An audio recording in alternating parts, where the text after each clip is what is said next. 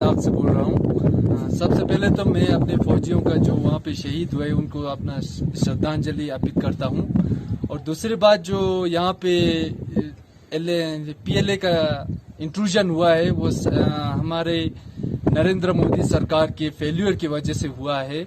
और ये जो है एक दो दिन का बात नहीं है, ये जो कई दिनों से चले आ रहा है। और ये जो है हमारा फौजियों का वहाँ पे मूवमेंट काफी दिनों से चलते आ रहा है, ये हम देख भी सकते हैं।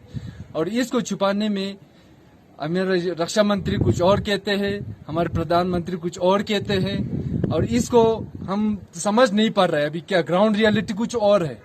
तो इसको छिपाने में मीडिया का भी बहुत बड़ा हाथ है यहाँ पे। और हम देख सकते हैं कि मीडिया यहाँ लद्दाख में आके ग्राउंड जीरो से रिपोर्ट कर रहे हैं, मगर वो लोग दिखा रहे हैं लद्दाख सिटी के पहाड़ियों और कहते हैं कि ये एलएसी है। ये थोड़ी होते हैं यहाँ पे जो फाइटर यहाँ से जा रहे हैं उनको कहता है कि ये एलएसी पे उड़ रहा है। ऐसा गुमराह किया जा रहा है सारे देश को।